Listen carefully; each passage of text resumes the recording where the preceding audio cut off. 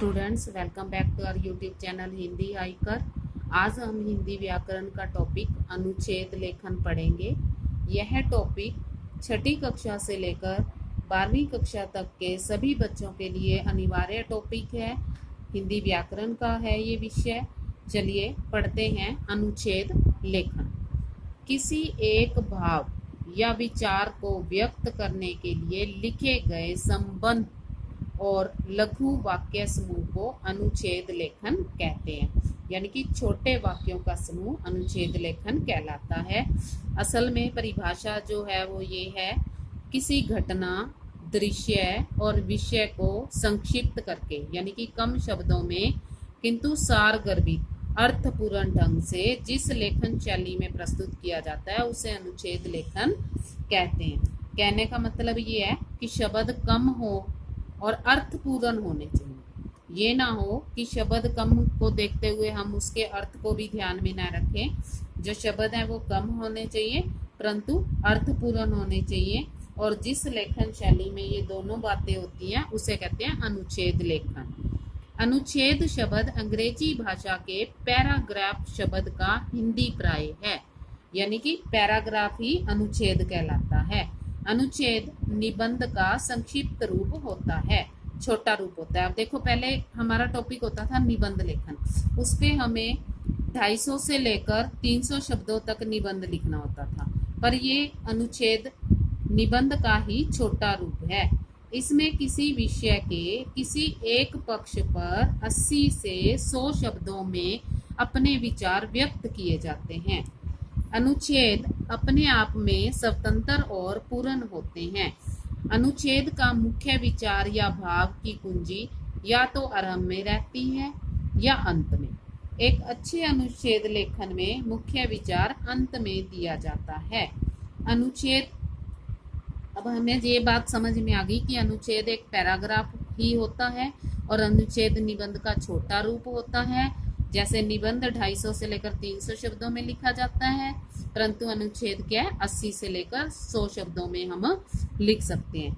अब अनुच्छेद लिखते समय कौन सी बातें हमें ध्यान में रखनी होंगी? अनुच्छेद लिखने से पहले रूपरेखा, संकेत बिंदु आदि बना लेना चाहिए। अनुच्छेद में विषय वस्तु के किसी एक ही पक्ष का वर्णन करना चाहिए। शब्द सीमित होने चाहिए और अनुच्छेद छोटा होना चाहिए। भाषा सरल, स्पष्ट और प्रभावशाली होनी चाहिए ताकि समीक्षक या पढ़ने वाला आपके अनुच्छेद से प्रभावित हो सके।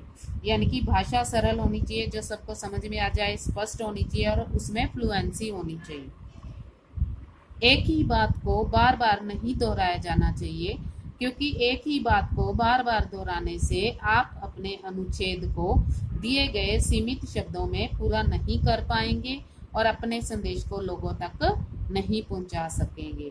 अब देखिए, हमें 100 शब्दों में अनुच्छेद लिखना है। अगर हम एक ही बात को बार बार रिपीट करते रहेंगे तो हम अपनी बात को पूरा नहीं कर सकेंगे, जिससे लोग उसे समझ भी नहीं सकेंगे। अनावश्यक विस्तार से बचें, यानी कि फालतू की बातें इसमें ना लिखें। विषय से संबंधित ही बातें लिखें, अपने विषय से नहीं हटना है। अनावश्यक बातों का इसमें प्रयोग नहीं करना है।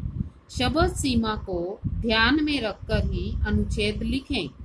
ज्यादा से ज्यादा महत्वपूर्ण बात लिखने की तरफ ध्यान दें। कहने का मतलब, जो हमारी शब्द सीमा है 80 से 100 शब्दों में अनुच्छेद होना चाहिए।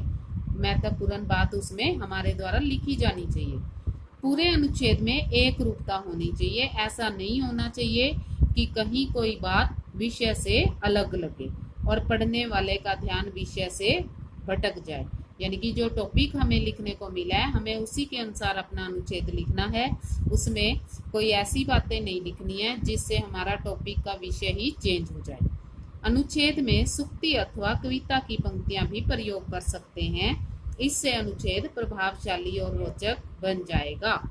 अनुच्छेद के अंत में निष्कर्ष समझ में आना जरूरी है। अनुच्छेद में विशेषताएं क्या होती हैं? एक अच्छे अनुच्छेद की क्या विशेषताएं होनी चाहिए? अनुच्छेद किसी एक भाव या विचार या तथ्य को एक बार एक ही स्थान पर व्यक्त करता है और इसमें अन्य विचार नहीं रहते। अनुच्छेद के सभी वाक्य एक दूसरे से जुड़े हुए होने चाहिए। अनुच्छेद एक स्वतंत्र और पूर्ण रचना होनी चाहिए जिसका कोई भी वाक्य अनावश्यक नहीं होता, यानी कि फालतू की बातें हमने नहीं लिखनी है, क्योंकि ऊपर भी हमने पढ़ लिया है जो मुख्य बातें हैं उसमें कि अनावश्यक विस्तार से हमें बचना चाहिए, अपने विषय से नहीं हटना चाहिए। अनुच्छेद के विचार क्रमानुसार होने चाहिए, यानी कि क्रम के अनुसार होने चाहिए। ऐसा नहीं होना चाहिए कि एक लाइन के बाद दूसरी लाइन कहीं और से उठा ली गई है और उसका क्रम टूट गया है। अनुच्छेद की भाषा सरल और स्पष्ट होनी चाहिए। अनुच्छेद संकेत बिंदु के अनुसार ही होने चाहिए। देखो बच्चे, यहाँ एक विशेष बात मैं आपको ये बताना चाहूंगी कि अनुच्छेद के जो संकेत बिंदु हैं अगर आपको दिए गए हैं तो आप उन्हीं को एक्सप्लेन करेंगे, और अगर आपको विचार बिंदु नहीं दिए गए हैं, संकेत बिंदु नहीं दिए गए हैं, तो पहले आपको उनको तैयार करना होगा। जैसे यहाँ 2 अनुच्छेद ले रही हूँ मैं, जिसका नाम है अभ्यास का महत्व, दूसरा है वन और पर्यावरण का संबंध। अब देखो, अभ्यास का महत्व सीधा लिखा है मैंने, तो अभ्यास के महत्व के विचार बिंदु आप बनाओगे। उसके बाद वन और पर्यावरण का संबंध में हमने विचार बिंदु यहाँ बना रखे हैं। वन प्रदूषण निवारण में सहायक, वनों की उपयोगिता, वन संरक्षण की आवश्यकता, वन संरक्षण के उपाय।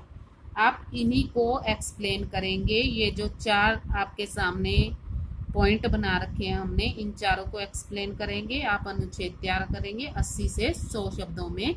अगर आपको ये वीडियो पसंद आती है तो शेयर करें, लाइक करें और चैनल को सब्सक्राइब भी अवश्य करें, और साथ में दिए गए बेल आइकन को भी दबाएं ताकि अगली वीडियो के नोटिफिकेशन आप तक जल्दी पहुंच सके।